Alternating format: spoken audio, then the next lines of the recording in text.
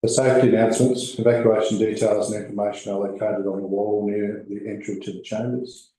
In an emergency alarm will sound, wardens will assist with your evacuation from the building. If directed, please evacuate in a calm and orderly manner via the reception area. Go directly to the evacuation point in the car park beside the town hall. Are we on audio and visual? Thank you. So I now declare the meeting open at 3:04 p.m.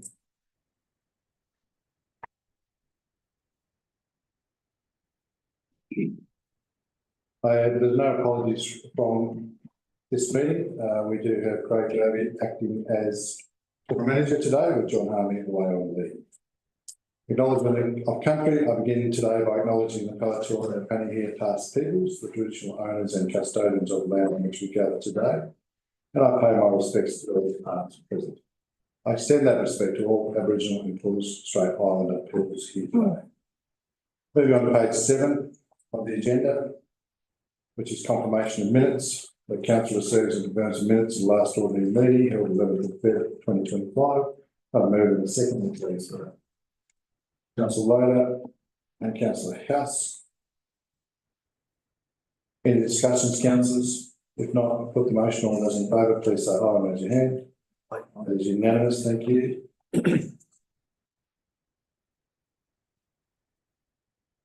Declarations of interest, General Manager. You do have the use the mic and we do. We've got Mayor Wayne Johnson for item 14.2 as a current member of the GMC, and we have Stephanie Cameron for item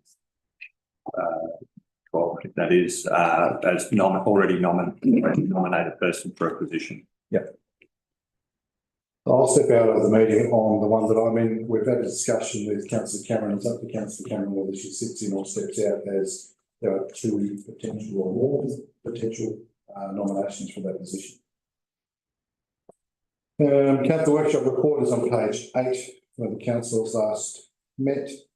The workshop's in the agenda, and then we move on to Mayor and Councillor reports, which is on page 10. I'm just going to do a little report on the odour of Westbury. I just had an email from George Theo, the General Manager of Taswater. It says, "Hi Wayne, with regards to odour complaints at the Westbury Sewage Treatment Plant, we're aware that this has been an issue. The odour is caused by higher temperatures in summer, which increase the rate of biological decomposition of the sludge, resulting in odorous gases. The odour is exacerbated by poor sludge mixing, which exposes dried sludge to the air, rather than maintaining a water cap. We've installed a new recirculation pump to improve mixing and maintaining a water cap over the sludge, which will reduce the release of the odour and increase lagoon aeration, reducing the rate of biological decomposition. This pump is currently being run 24/7, and our operating team are attending the site daily to optimise the management of the sludge lagoons. We proactively informed our Westbury customers last week and released a statement to the ABC notifying the community that we are working on this issue. I trust that this meets your requirements, but please let me know if you need any further regards. George. I will be going back to George to say that we're still getting complaints regarding the odour from Westbury. Any other announcements, councillors? Councillor Loader. Thank you, Mayor. As well as what's in the agenda, I attended the Tomato and Garlic Festival, which was really awesome. But I also attended the Westbury Backyard Bandicoot Awareness Day. And it was really great to learn about how important it is to look after our native wildlife, and for us in the urban areas, our urban wildlife. The more developments we get, the more concrete we get, the less habitat there is for our very, very, very special endemic species. So it was great to hear how we can look after them. Thank you. Councillor Meander. If I could just note that I went to the Prospect Vale Park All Users meeting, and all users reported a successful summer season. They're looking forward to the winter program, and they're all experiencing significant growth in their participation. So that's Australian football, soccer, or football, world football, and touch football. Significant growth again, particularly amongst juniors and female participants. And that was on the 5th of March. Thanks, councillor. Any other announcements, councillor Tidfield? Yes, just did attend a few of the things, the Carrick Committee meeting on the 11th, Chudley Show on the 15th, Deloraine Streetcar Show on the 16th, the Hagley Agricultural Learning Centre visit on the 25th, and the Blackstone Heights Community News Association meeting last Wednesday, and I went to the PMAT meeting in Planning Matters Alliance meeting in Launceston a few weeks ago as well. Yes, very good. Councillor House. It's not on, councillor House. Is that better? Yes, it is. Thanks, Mr. Mayor. If I could just speak quickly to the Deloraine Streetcar show on the 16th. I was lucky enough and I had reason to be there very early on that day. It's the first time I've ever been that early. But I guess what I saw from that was just how much work had gone into that show and how much passion and so much volunteer support for that particular show. It's planning 12 months in advance, and it just made me realise how much we owe to our volunteers, not just for that show. I mean, there's another car show coming up in Westbury soon, I think. There's a St Patrick's Day Festival, and it just made me realise how much work goes into these events. And I just want to give a shout out to all those volunteers that help so much. Thanks, councillor. Anything else, councillors? No. Thank you. Moving on to page 11, which is petitions. So no petitions were received for this meeting. Are there any from the gallery? There is. I'll read it out, yes. Yes, I'll let you read it now. So I'd like to bring a petition before council this afternoon. It reads as follows. Petition addressed to the Mayor and Councillors of the Meander Valley Council, where the signatories to this petition request that the Meander Valley Council reject the proposed DL 130 Bauxite project planning application PA 240052 submitted by the ABX Group Limited. They object to the unsustainable proposition of extractive mining proposed to be conducted over prime agricultural land, which is mapped by the Tasmanian government as Class 3 land. The community of Meander Valley are concerned about our health. The dust potentially toxic from this mine can travel kilometres. Our environment, potential runoff, dust, noise, increased traffic and toxins would infiltrate every part of our beautiful environment. The economy, Deloraine and Westbury are not mining towns. This venture would not benefit the local community, and mining would ruin the tourism potential for the Meander Valley. Our families and community, from our health and livelihoods to our quality of life, this mine would negatively impact every aspect of our community. And importantly, our safety. Our roads would be less safe. Heavy vehicle traffic volumes would substantially increase above required standards as set out in the Tasmanian Planning Scheme, C3.0 Road and Railway Assets Code, putting at risk the safety of communities, visitors, tourists, bicycle riders, walkers, and other road users. And the wildlife. So we have gathered 681 signatures, 70 are from Reedy Marsh residents, 405 from the rest of the Meander Valley, and 206 from concerned visitors to the Meander Valley, both from within Tasmania and also interstate. Locals and visitors alike are equally appalled at the idea of a mine in our beautiful region. They're not just numbers. Each signature represents an individual who cares deeply about our beautiful valley, either as a resident or as a visitor. From what we understand, the ABX application will be coming before council, or may be coming before council soon. So the EPA is looking at the environmental impacts. And as a council, we know that it's your job to look at how it impacts us, our lives, our livelihoods, our amenity, and our valley as a whole. So each of you get a vote, and each vote is valuable. So we entreat you to please act as individuals. We beg you to represent us as residents. You can't block this mine. Please think of the future of our valley and reject this mining application. Yeah.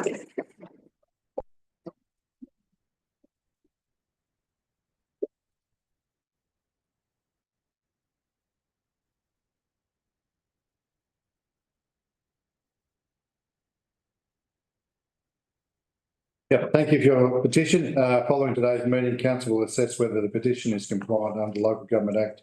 And if compliant, it will be tabled at the next council meeting, 8th of April 2025. Thank you. Moving on to community representation. We had no community representation we received for this meeting. Are there any from the gallery? No, thank you. Moving on to public question time. Public questions with notice. No questions with notice were received for this meeting. Questions with notice.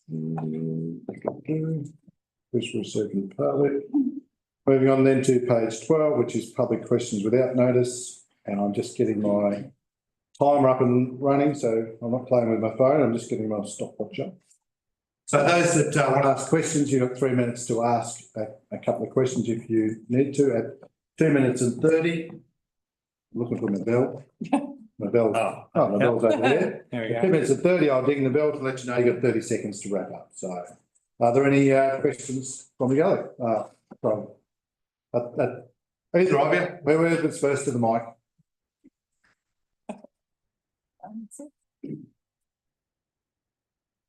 Thank you, Mayor Johnson, councillors, officers, general manager.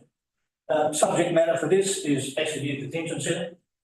The actual use detention centre over the years has morphed into a custodial centre for disaffected youth, and the state government has indicated they wish to close the facility. Following the scrapping of the 270 bed maximum security prison imposed against the South Park borders. Sorry about that. Thank you. By the state government. This does not mean there will be no prison to be constructed on the Ashley land. If Ashley is indeed vacated from its current youth justice role, the Minister for Corrections has indicated minimum security facilities, a women's prison, and relocation of the Launceston Remand Centre are on the table. Incidentally, any remand centre is a maximum security build. As far as the neighbours of Ashley and the general community are concerned, a prison or like at Ashley is on the nose. Further, the group, known Meander Valley Prison, representing the local and broader region of the Meander Valley, prior to November closure of Parliament last year, had brought no less than 1,000 signatures as a petition against the construction of a prison in the Meander Valley. And this petition was presented at Parliament and read at the Chamber. This is the third time a petition against the construction of a prison in the Meander Valley has been raised.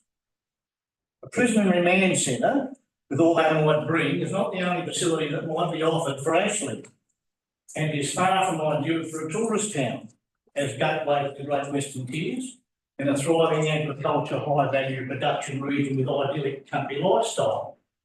The Meander Valley Council are calling on the state government to provide a clear plan for the future as to what the government are going to do to replace this loss of the project for the region is dangerous in the extreme. You only need to think of the government's more recent performances of ships with no berth, build a stadium to get a footy team licence, try to implement a faceless development assessment panel set to take away the council's assessment powers and the community's local government representation as the planning body. Hardly stellar. The community and the council as our representatives must be on the front foot. We need to be proactive and show drive. There needs to be longer term values in place for the development at Ashley, in that the Meander Valley region can spruik its existence while being proud of a valued facility. People don't view too many marketing opportunities for a prison or a remanding facility, or what demographic it brings. So enough of the preamble. Questions? Will the council undertake to investigate Ashley use alternatives other than the custodial facilities and make available planned workshop as a conduit for participation by the community of the Meander Valley to have input as part of council's community strategic 10-year plan, part 5? Question 2. As all councillors are voted in by the people, for the people, will all councillors undertake to communicate and openly discuss and consider, without prejudice, as is allowed by the state government's good governance guidelines, or that any suggestions or offerings that may be put forward by the community or others in relation to the future and potential use of the actual site to foster positive outcomes of question 1. Thank you. Thanks, Mr. Badcock.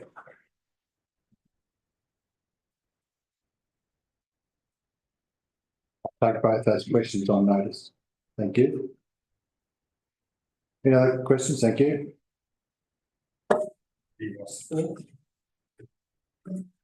This is a question that the councillors might be something directed to councillors directly, and it's in relation to discretionary planning applications. I'd just like to read what a definition of what it means with a discretionary planning application. It says if a use or development is discretionary, planning authority has the discretion to approve or reject the application, having regard to its potential impacts. The public are able to make representations in respect of applications for discretionary uses, and the planning authority must consider all representations when assessing the development application and determining what, if any, conditions are to apply. It's quite an onerous job as a councillor to have these apply this discretion. So my question then, with regard to the DL 130 all sites application, when there are over 70 representations, how will each councillor approach this discretionary part of the application?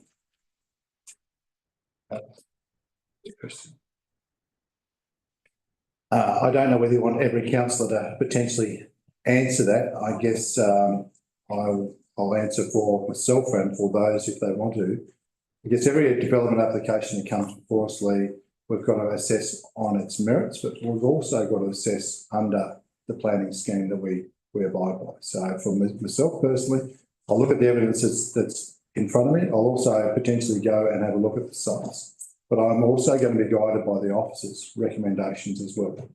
So knowing full well that you've put a lot of time and effort into, and that it is potentially a big impact on your life and well-being out there, that's something that I've got to consider as well, because we are residents, or I'm a resident of the municipality. I've lived here all my life. So I don't know whether other councillors want to add anything to that, but I think they will all be doing the same as what I'll be doing. It's up to council. If you want to add something, please do. Yeah, Councillor Loader. Thank you, Mayor, and thank you for the question, Lee. Every email that any of your group has sent me, or anybody who's not part of this group who sent me about this topic, I have fully read and reread, and I will make sure I study every single thing that's sent to me. I will also rely on our planners, who I have a huge amount of respect for.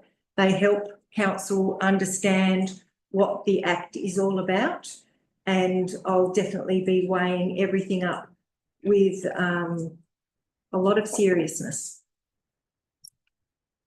The other councillors, Councillor Simper. I was wondering whether, given the complexities of the preamble that was given to us about the discretionary powers we have, I was wondering if the Director of Regulatory Services might have a comment about the fact that it's somewhat complicated by the EPA, the Environmental Protection Authority, and their role as to what our discretion may be. And I guess while I've got the microphone and we have such a large number of people in the gallery, do we have any time frame at the moment as to when this matter might now come before us? Like, do we have any update on that? Thank you. That's a question to the General Manager. We do. So the EPA has advised us on Friday the 7th that they've assessed the application. That's on their website, and they've communicated the permit conditions that they would have this site. So our assessment starts now. So we've got 42 days statutory timeline to assess that application. your questions. But yeah, I guess it goes slightly beyond that in terms of what will our role as a council be as distinct to the recommendation that is now out there from the Environmental Protection Authority in terms of the way ahead. In other words, I guess where I'm coming from in a nutshell is that our ability to override their decision, or is it in fact, I don't know whether it's the right word, concomitant, that they've done their bit and we'll do our bit, whatever that may be, as assessed by the officers going forward.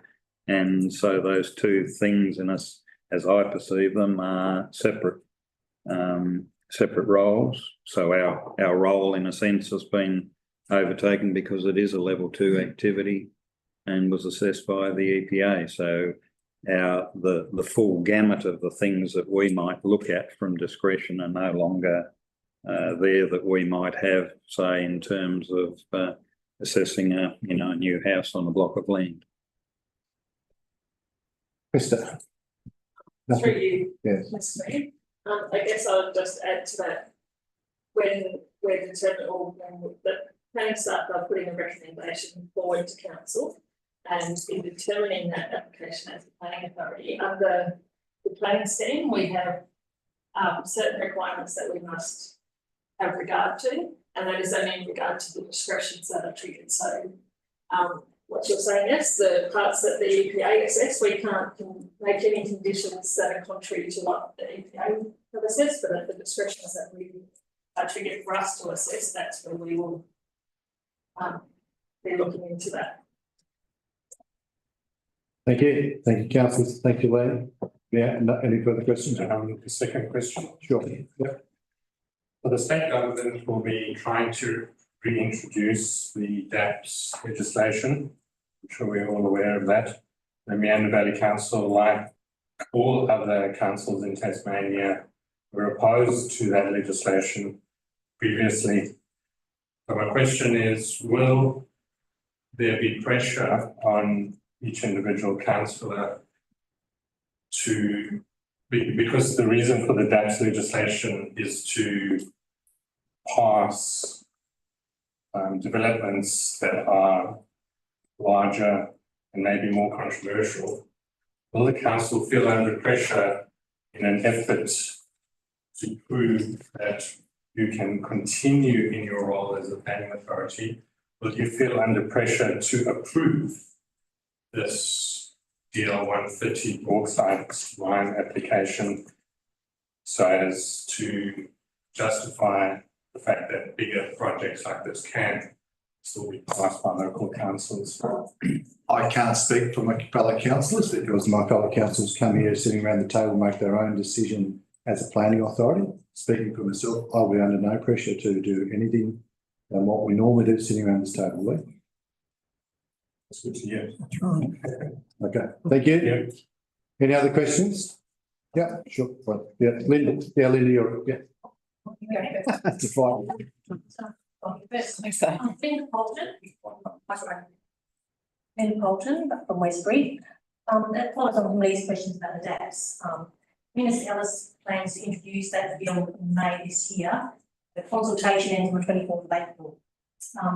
This bill has the potential to eliminate any appeals on merits of planning decisions. That means that anybody currently entitled to object to a permit on merits and take an appeal to the plant, to TASCAT, will be robbed of that capacity. So this is a dramatic adjustment to council's powers and to everybody else's powers who wants to appeal a decision on merits. The vast majority of ratepayers don't know about this development as far as I'm aware. And does the council intend, so there's a question, does the council intend to consult its ratepayers on this proposal before council reaches its own decision? We want a decision to reflect the position of the ratepayers who, as I say, by and large, don't actually know what the impact of this bill is going to have on them. Yeah. So when will consultation occur? Sure. So there is an agenda item coming up very shortly on this agenda which talks about that. There's also understanding a public meeting being held in Deloraine. We will form an opinion in the April meeting. We've got time then to go out to the public in the time between them. Thank you. So do I take it then that nothing will be happening in terms of consultation before that public meeting, and to note that that public meeting is a meeting not, held by council, but it's actually being held by Planning Matters Alliance. So my question is council making any effort of it on its own to ascertain and inform the municipality of the impact of this dramatic legislation? And if not, why not? At this point in time, we have no plan for public consultation on the state government's legislation. So we have a position that we formed on the previous legislation, which was endorsed by council. And as the mayor stated, we will be discussing at this meeting later today that topic. We'll then go to a workshop and then a further council meeting for a refreshed position on the current draft. Thank you. Because my first place in order, can I just ask one more question? Is it safe to assume that if the new bill really isn't substantively different to the one that was knocked back by council last year, the council's position will remain unchanged? I think that's pretty fair assessment, because we were pretty adamant last time that we would be, like most other local government entities across the state, against what the state government has proposed. Very much. Another question?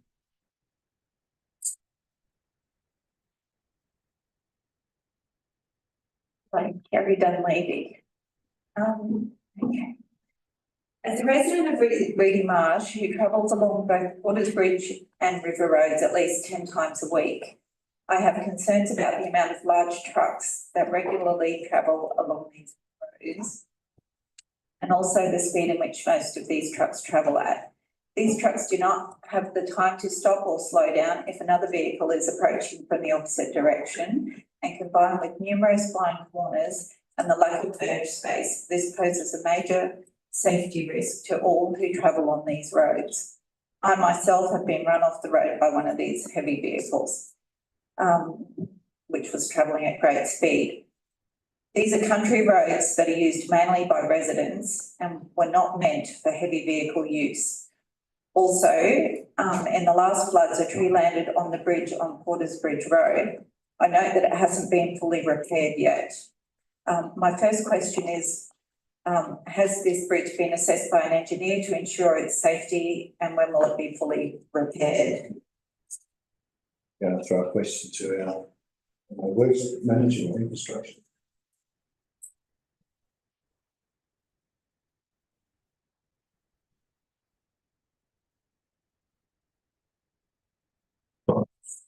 Thank you. The works, which part I'll answer. I want to refer to you, Dave, as well. In terms of the bridge, there's a handrail repair, as I understand it, guardrail repair, but that is still outstanding.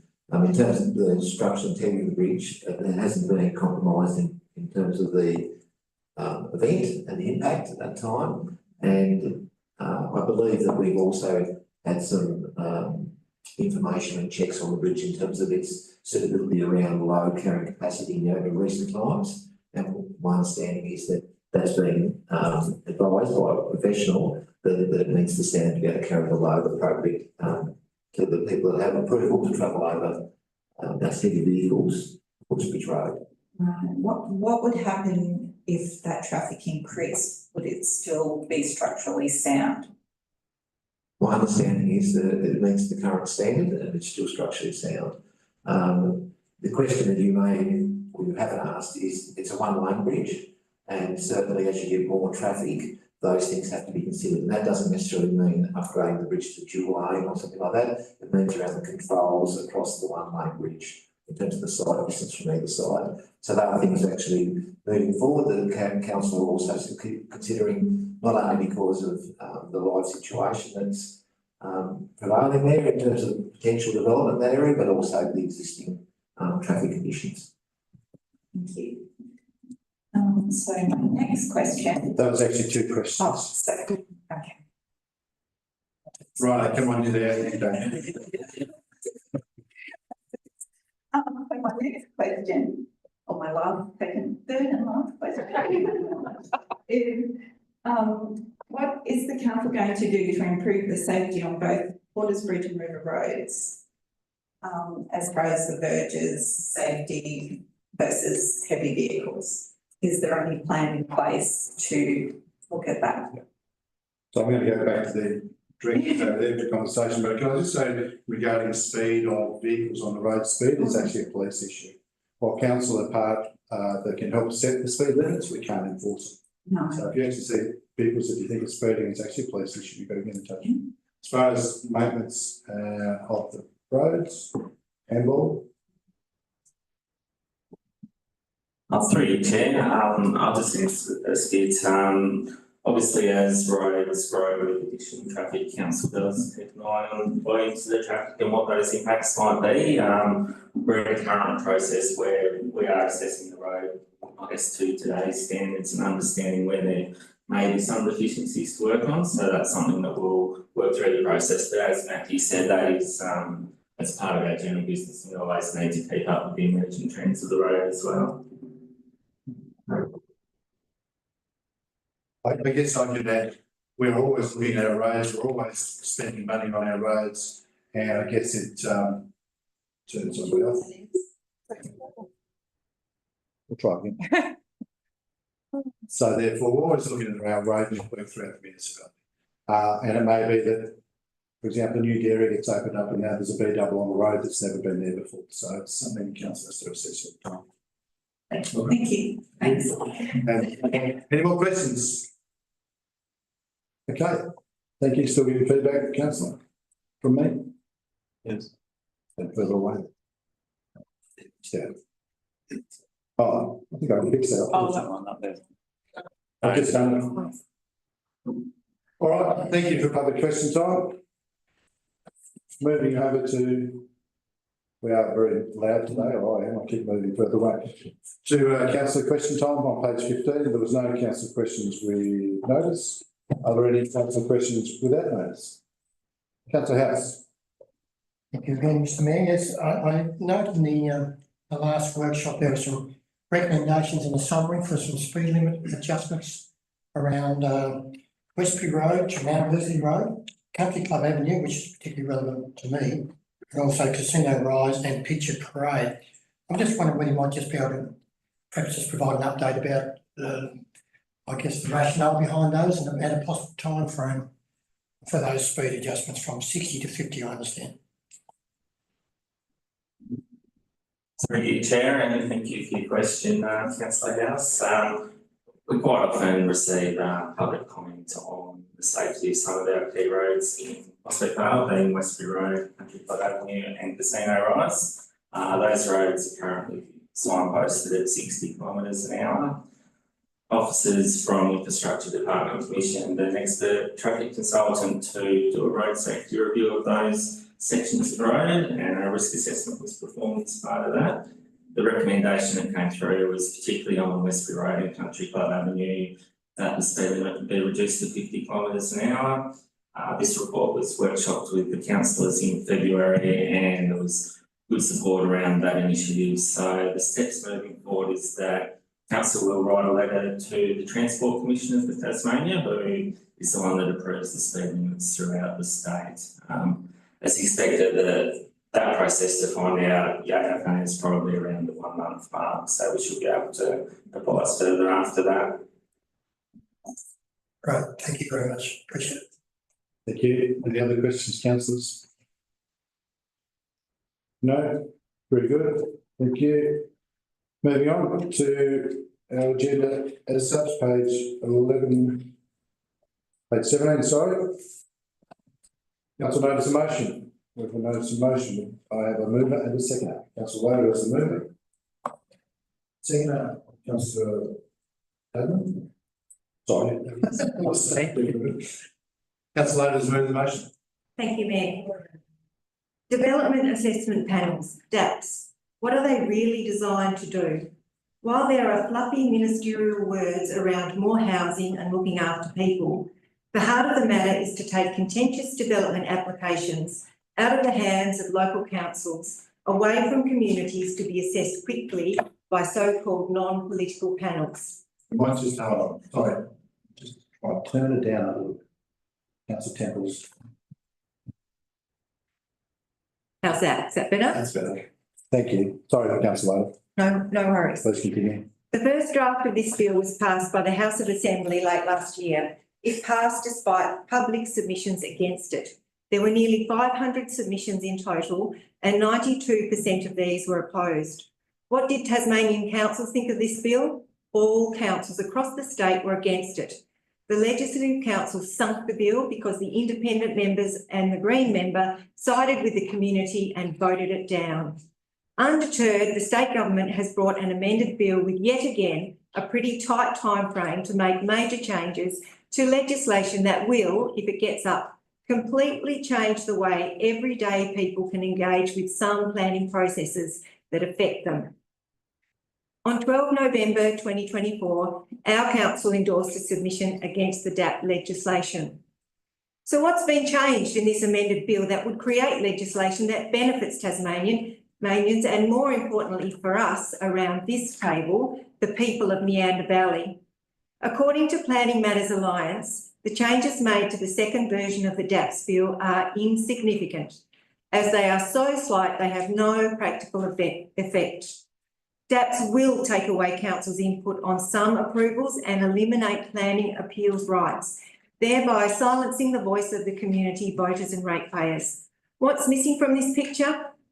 The potential harm to heritage buildings, national parks and public spaces, which the bill could expose to developers. There's also the issue of the DAP's power to cancel public hearings and dismiss community input, something the government fails to mention while pushing this bill forward. It's almost like the planning minister is trying to sneak past Tasmanians with a huge sledgehammer that will obliterate our rights, saying nothing to see here. I urge my councillor colleagues to support this motion. It is imperative that we are fully aware of what this bill is proposing and come to a position that is rooted in the best outcome for our community. In my discussions with people across the valley, while some have an understanding, it is up to us as community leaders to fully and expeditiously communicate the ramifications of this legislation in a way that is heard and can be acted on. And I say scrap the DAP. Thanks, councillor.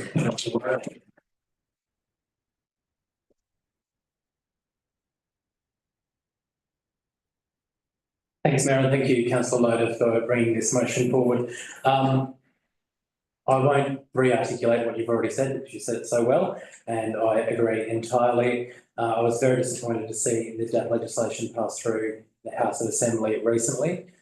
Fortunately, it was defeated in the Legislative Council, and I'm hoping that unless proven otherwise, this damaging legislation does not see the light of day.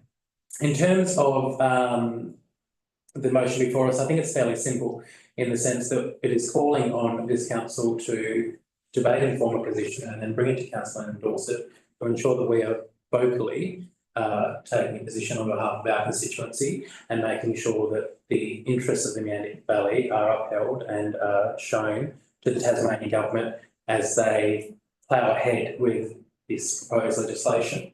In referencing comments that have been made during question time about the need to consult with the community, I fully agree with that. I think the issue that we do have is the timelines that are imposed upon us by the Tasmanian government for consultation. It does truncate things, and to that extent, I certainly encourage everyone that can to attend the DAP meeting in Deloraine, because that will be an informative event that will explain in depth the problems with the legislation.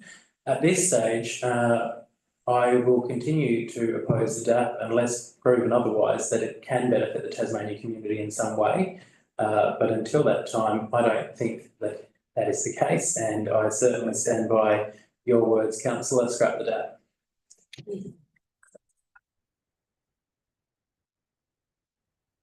Next, before I open up for discussion, anybody that needs to leave the public gallery, please do so if you wish to. You don't want to continue on while we open up debate. I should have said that before we started this on. My apologies.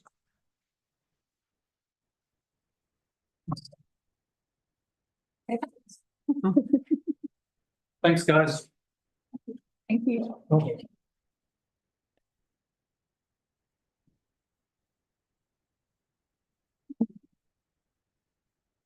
Well,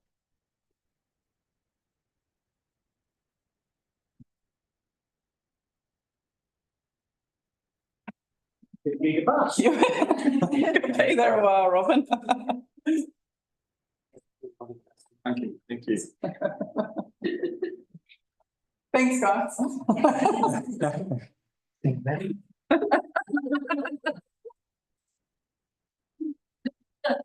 Well, that's cleared them out, isn't it? Okay. Okay, open up for discussion, councillors. It's a simple, it's Regis or mine. Yes, thank you, Chair. Yeah, absolutely agree with everything that's been said so far, in attending that Planning Matters Alliance meeting in Launceston, the facts and figures, if people want to dispute them, they can, I don't. Is that we are performing very well as a state in terms of timeframes for getting our assessments done and approvals done. Very low rates of appeals to the tribunal. I see absolutely nothing that would reinforce a view that we need such a panel. I'm talking to some planners interstate, they tell me they're a mixture of homegrown experts versus those that are brought in from outside, how often the decisions reflect where they've come from. You know, where they are discretionary matters we're assessing, but it's curious that would keep happening on a statistical basis such that where you came from determines the outcome. And I think that reflects and reinforces the reasoning as to why it's a poor approach to an issue that really doesn't exist. And having read the bill, the new draft bill over the weekend, I really don't see that it's done anything to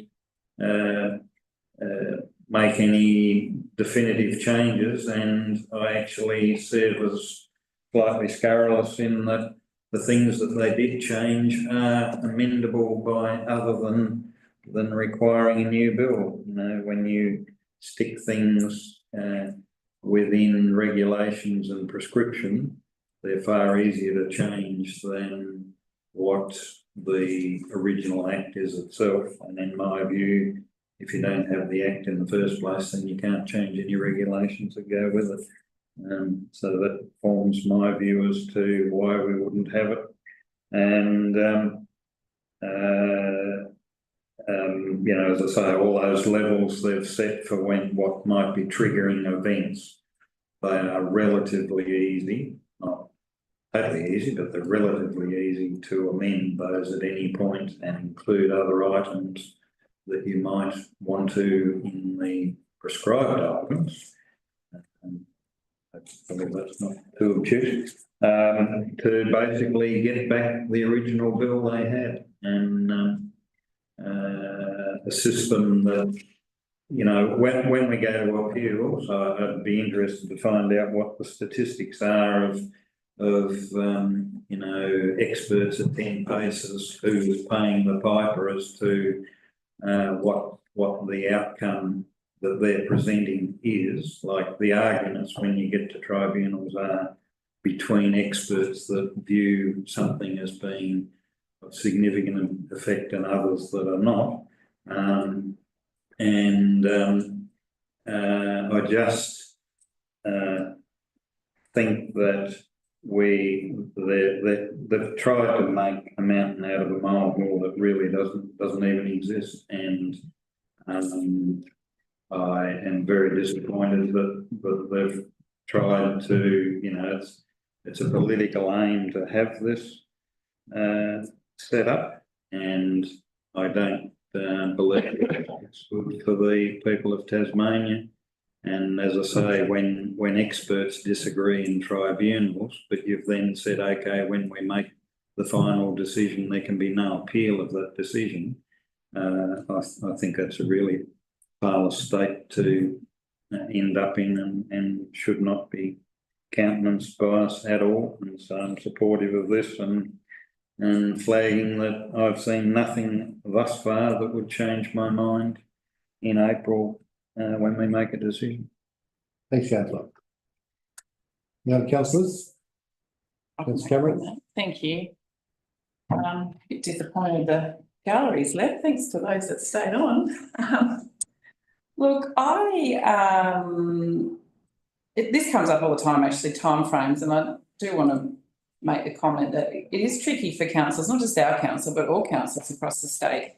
When you're given a time frame, and people need to remember we work in cycles. So we have a workshop once a month, we have a meeting once a month, and we need to have time to discuss things and discuss things thoroughly, so that everyone has the opportunity to understand what we're doing or where we're going. So in saying that, I guess I am pretty disappointed we don't have the opportunity to have a discussion about this before some councillors would like us to. But I'm also a bit nervous about what this precedent this might seem. We're having a discussion about something in a workshop and kind of making a decision, but not really making a decision because we're not making the decision until after the meeting. So it's taken me a bit to understand. I don't think anything we discussed in the workshop on the 25th of March is going to be a lot different to the decision that the majority of councillors made on the 12th of November. So I'm probably going around and around in circles, but I'm also not inclined to want to push a decision through or a conversation through that will benefit Planning Matters Alliance and not the whole community. So maybe no surprises. I don't support the motion, but I do support good consultation and also the right for appeal. I did write that note down because I support the right for appeal. So happy to go with the majority, but probably no surprise that I'm not supporting it today. Thanks, Councillor. Any other councillors? Comments? No? Okay, well, I don't think that I'll be changing my views as we went from the 12th of November as well. I haven't seen anything in this legislation that makes me want to support it. I think it's a bit of legislation that government are putting forward when I should be concentrating on other things. That's my anyway. Any other councillors want to make a comment? If not, we'll go back to the second of the motion. Councillor Dudman? No. Councillor Loder is the mover of the motion. Thank you, Mayor, and thank you for the discussion. In case anyone hadn't realised it, I prepared my speech because I feel very passionate about it. So I did copious amounts of research. And before I read my little bit, I want to say thank goodness for Planning Matters Alliance Tasmania. Thank goodness for the experts that they have that help everyday people understand the consequences of planning decisions. I am so grateful to them. I could not tell you how grateful I am for them to help me before I became a councillor and now that I am a councillor to fully understand that perspective. As I said earlier, I have a huge amount of respect for our planners here, but it's really important, I think, to look at everything through the lens of community. What is the best decision for community? Not for developers, but for the people who live there, who have skin in the game. And while I'm at it, you know, a long time ago, before I became a councillor, I used to get called a NIMBY. Well, I say NIMBY and proud.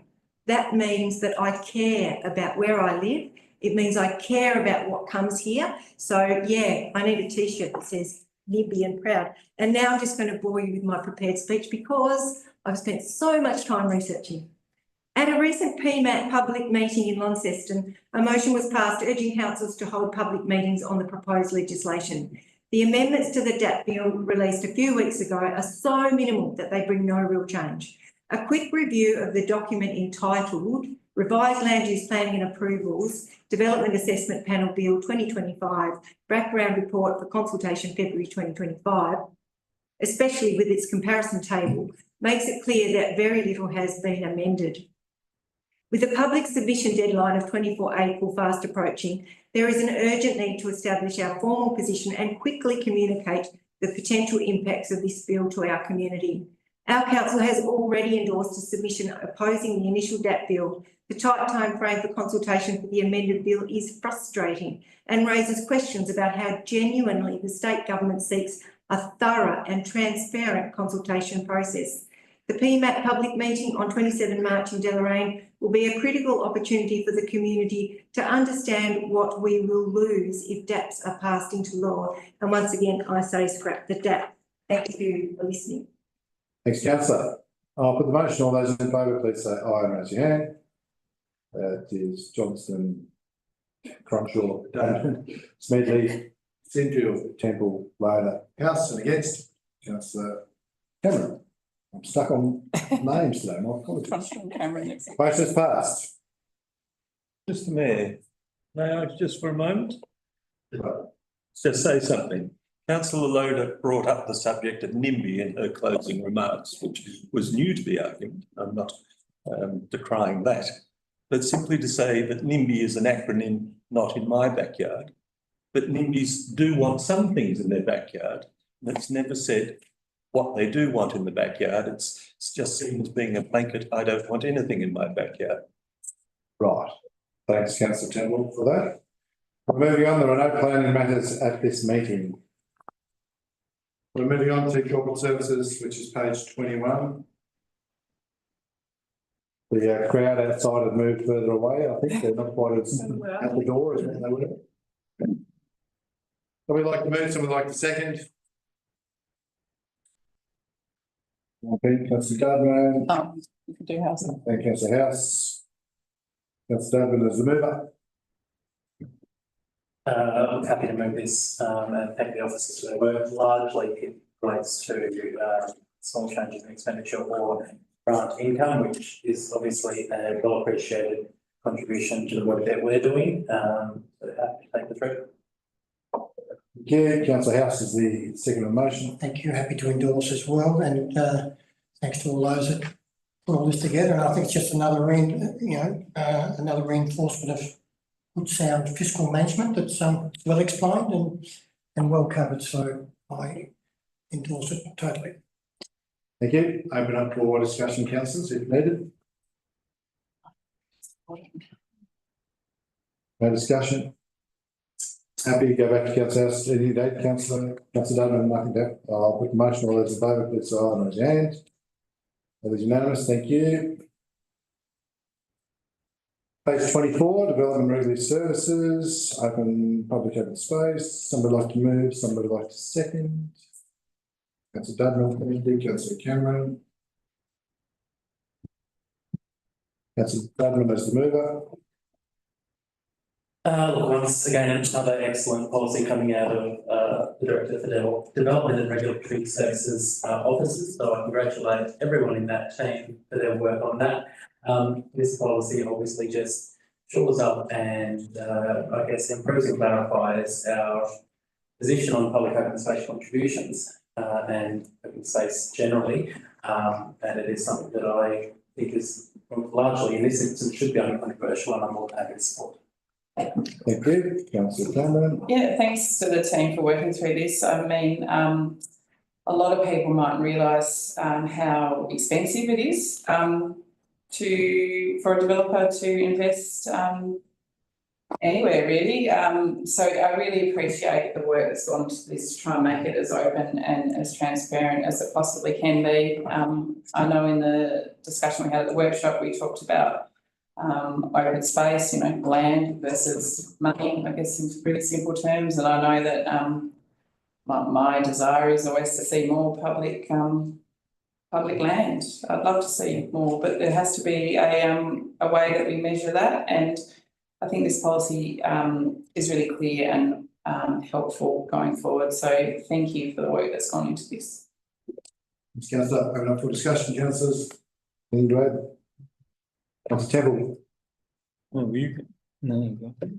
the whole notion of public open space or money in lieu of public open spaces always troubled me, in that public open space is there in perpetuity. The money in lieu disappears on expenses here and there and doesn't particularly help future generations that live at a place. That I would just wish there was some way we could do this better. Thanks,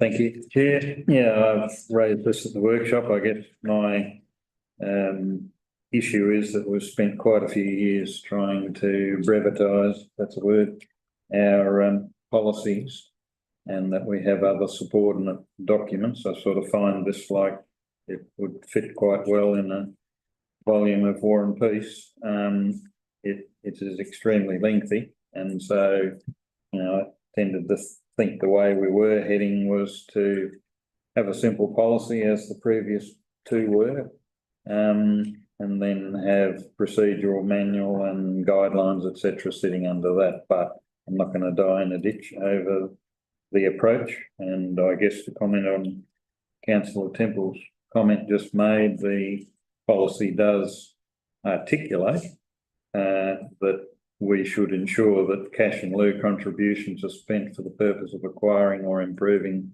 public open space. It's sometimes gets a bit difficult to see the connection between the receipt of the money and that occurring, but at least it's saying that's what it's there for.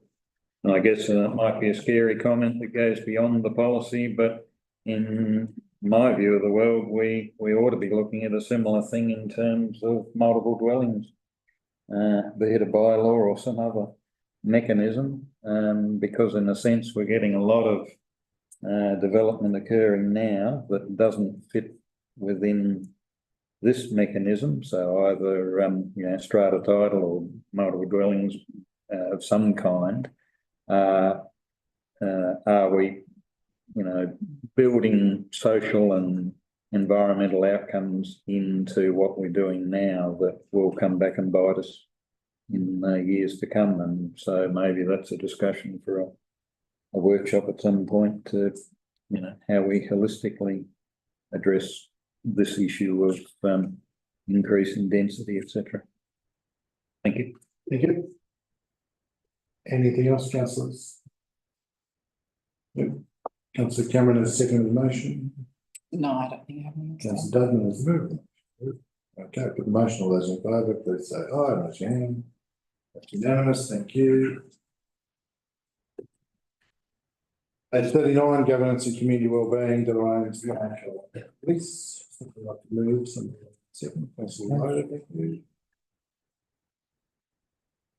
Cameron, thank you. Councillor Loder. Thank you, Mayor. It's very exciting to see that we're about to have our first recycling, what do we call it, self-serve happening in Deloraine, and that there's the potential to support different charities through the machine. I'm going to be very excited to gather up my containers and go give it a try. So yes, very happy to support this. Councillor Cameron. Yeah, just to reiterate what Councillor Loder said, I think it's great to see that the Lions Club are taking the initiative here to get this facility in Deloraine. I think it's going to be a great outcome for the region, and looking forward to seeing more of them. Thank you. I agree with both of you. My understanding is that containers have to be not squashed when they are taken in, so you can't squash your cans from them. You've got to be able to read the barcode. So just bear that in mind. Yeah, open up for discussion. Councillor House.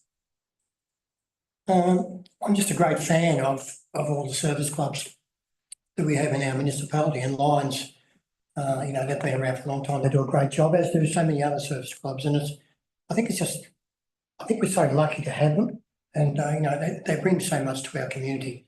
So anything we can support Lions or any other service club, I think we're all for it. Good on them. Yeah, discussion, Councillor Sinfield. Yeah, just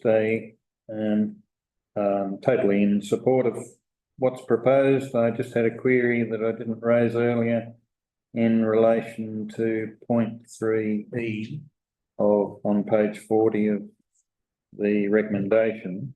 And it says that all costs incurred by council in the establishment of a recycle rewards reverse vending machine to be reimbursed proportionally on an annual basis in equal instalments. Does that mean in the term of the initial lease, the 5-year period, or could that be interpreted as 20 years, 30 years, 50 years? What exactly is that? Right. My understanding is that we will be reimbursed funds on an annual basis for any outlays that we have. So, yes. Other than that, totally supported. Very good. Anything else, councillors? Yeah, not councillor Cameron is the second on the motion. Councillor Lowe does the mover. Okay, put the motion. All those in favour, please raise your hand. Say aye. That is unanimous again. Thank you. Oh, I'm off.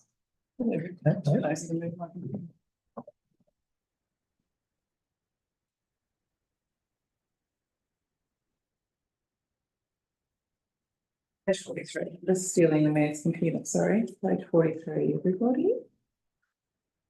Right, governance and community wellbeing, 14.2, Local Government Association of Tasmania General Manager Committee nomination.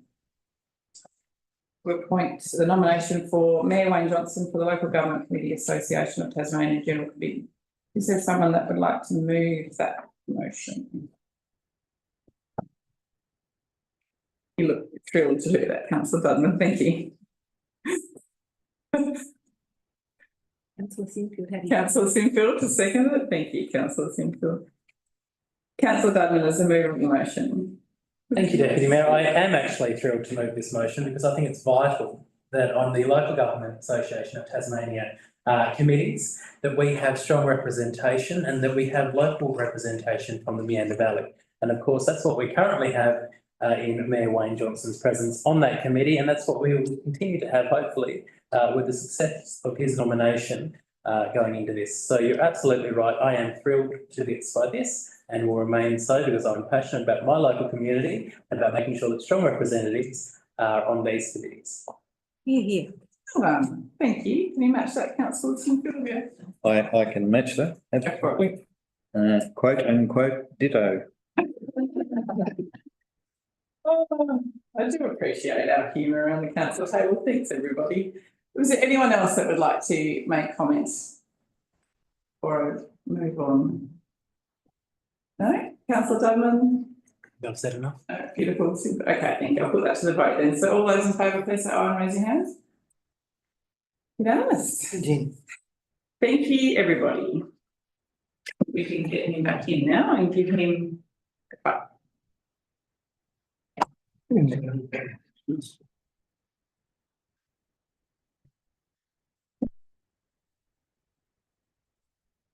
Congratulations. No, Doesn't matter.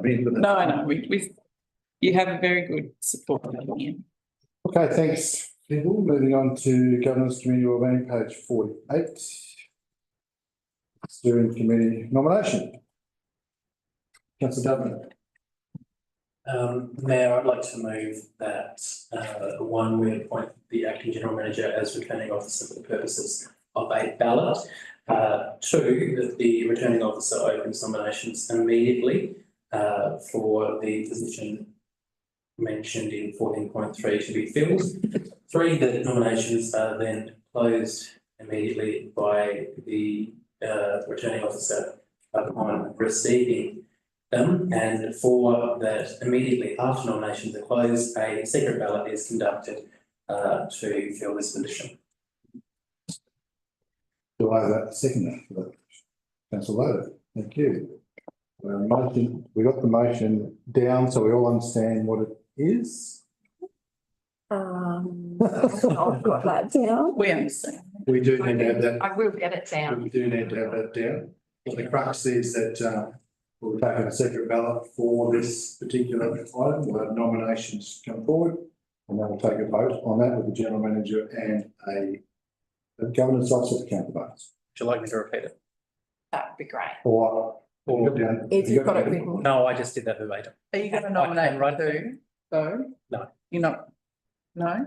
Okay. I thought that was going to fix the other issue we had, but that's okay. I'll call the nominations. Yeah. Hang on, well, can we just get the motion written down? Yep. Yeah, let's just get it cleared because this is not the motion. I'll have a second So one. no.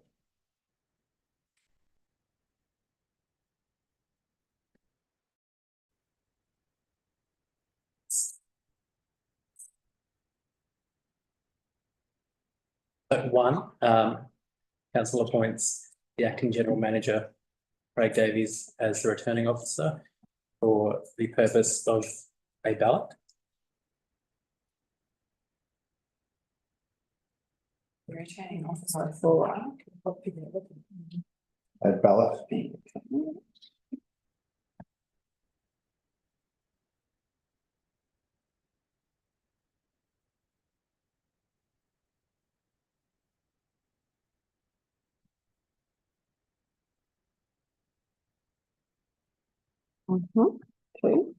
Two, to instruct the returning officer to immediately open nominations for the NTRLUS Steering Committee.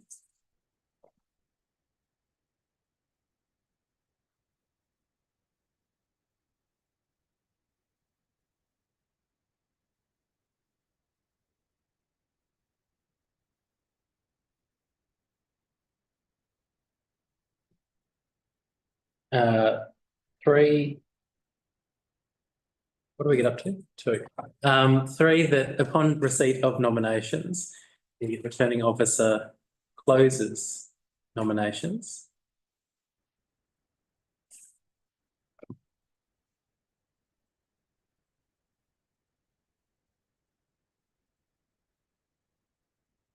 And four, instructs the returning officer to immediately conduct a secret ballot for the position.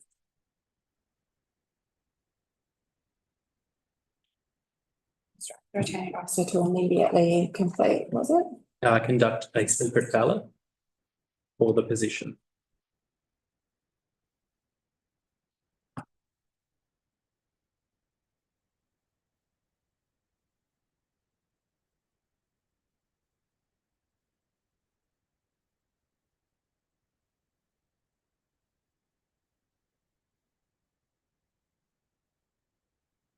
I think that's right.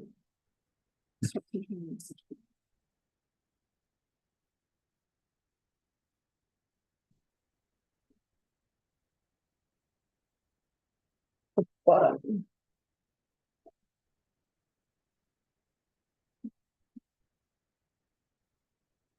Yep. Seconded by councillor Loder. Yep. Get that down here.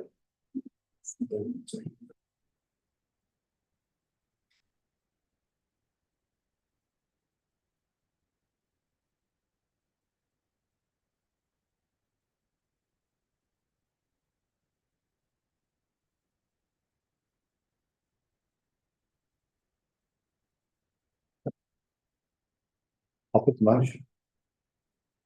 Go past the motion, do it, don't we? Put the motion, all those in favour, they are. Yes, that's unanimous. It's now in your hands. Okay.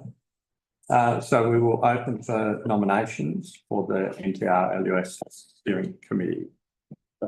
Nominations. Councillor Simpson, you're nominating yourself? Yep. Councillor, you're, no. I was going to nominate councillor Simfield and he can nominate me, but I'll nominate me. Okay. That's what you'd like. Yeah. Made a plan, that'd be good. Any other, oh, should I go? No, that's okay. So we have nominations for councillor Sinfield, councillor Cameron. Are there any other nominations? We will close the nominations.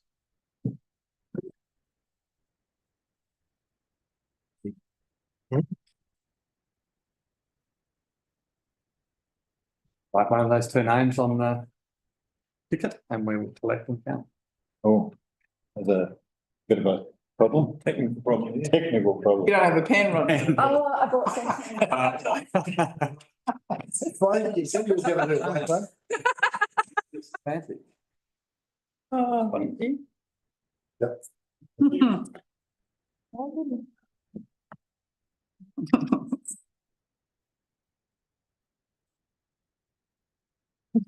Well, you got two pens, Chris. I got two. Just let me know when you're finished. I'll come collect your paper. I'd borrow it. No, mine only writes one word. Oh, something. Got it? Sorry. Who are you voting for? Do we speak to the motion or? No donkey votes, neither, please. Oh, thank you very much. Okay.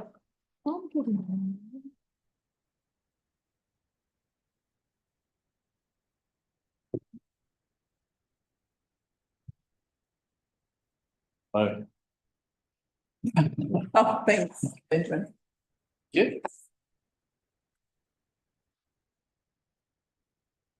Everyone? You guys gotta go kitchen or man's office or? You can do it there if you want, it doesn't matter.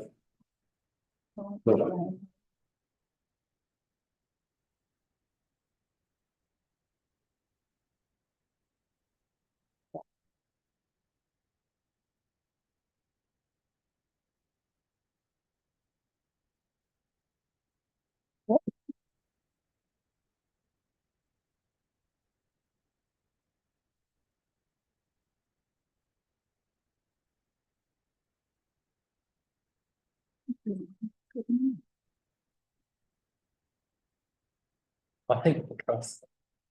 Only 90 votes. There's 3 of them. $50? Would have been as much scrutiny.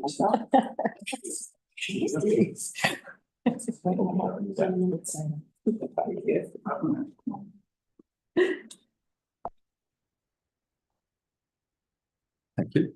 So tallied the votes. So we have 6 votes for councillor Cameron and 3 votes for councillor Phil. Congratulations on councillor Cameron. Bearing in mind, this still has to go to another vote, doesn't it? It's got to go a bit ticked off by that sure. Instead of committing themselves.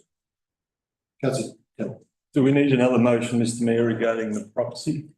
As in, But we do need a motion accepting that Stephanie is our candidate, I believe. we probably do. Can you make the same? So can I just say then, to councillor Temple's point and to your point, we move the motion that we accept councillor Cameron as the, do we then councillor Sinfield as the proxy? well, that's what's suggested, yeah. I think we can do that by consensus. Yeah. Everyone's happy. Yeah, so that's what's suggested. Mayor, following the ballot, I would like to move that Deputy Mayor Cameron be formally nominated to the NRLUS Steering Committee and that Councillor Sinfield be nominated as the proxy. I'll just wait for. The vote on it. Is it there? You don't have to sign there. Who's not signing? Oh. Process.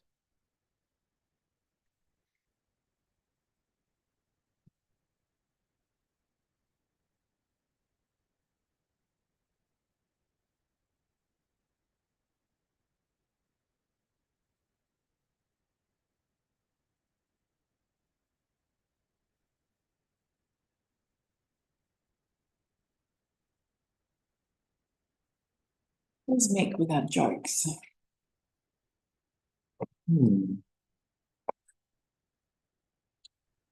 That's done that Deputy Mayor earlier, Jack. Before we nominated to the I sort of council, I can go with the last one I told you. Councillor Temple, you having a second that motion? Temple has a second of that motion. Any discussion, councillors? If not, put the motion, all those in favour, please say aye. Against, carried, unanimous. Thank you. Thank you. Thanks for bringing it up. Good luck. Thank you. Moving over to governance, community wellbeing, page 51. Would like to move, somebody would like to second, please. Councillor House. Hands going everywhere. Well, there wasn't. There was, they were all the same time. Councillor Dudley. Thank you, Mayor. Look, more than happy to endorse the 11 points in response to the priorities provided by the Tasmanian government. I think they are well-founded, sorry. Not so well.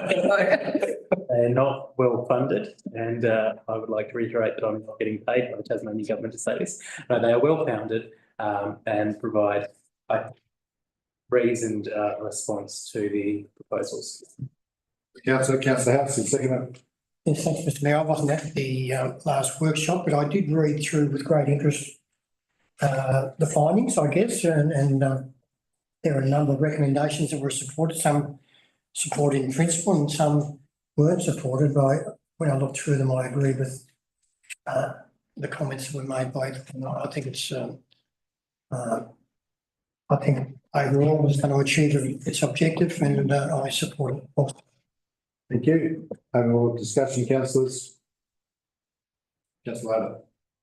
Thank you, Mayor. Yes, I support what's written in the agenda, and it was good to have a robust discussion about this in the workshop. There are a few things that in the document that I find a little bit alarming. I think some of the definitions are a little bit fluffy, and particularly around the advisors. Who are they? What's the job description? I mean, I just feel that this document, while it's quite lengthy, doesn't really, it doesn't spell things out as well as I would like it to be spelt out, so that no one is left with any doubt. I think that the writers of this document could have done better. I'm also really pleased to see that there's a priority reform about mandating councillor learning and development, but I wouldn't like to see the general manager burdened by having to basically supervise councillor training. So that is a really big concern.